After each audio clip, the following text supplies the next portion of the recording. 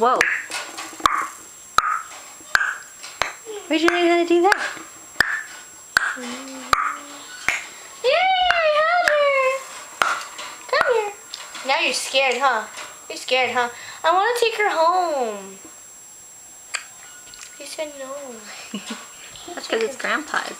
No, it's mine. He bought it for me. Oh. But my parents said, no, I can't bring it home. My daddy said, my daddy said, Sweetie, I love you. I can take that home. Papa said that. No, you're not taking it home. It's mine. No, the little brother said that.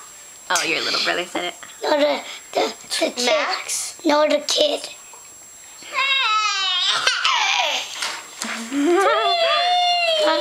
I'm not. She's so soft. Say hi, bird. You can put your hand in there now. No, thank you. Not you.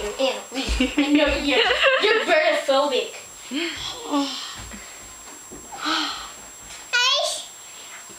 Hi.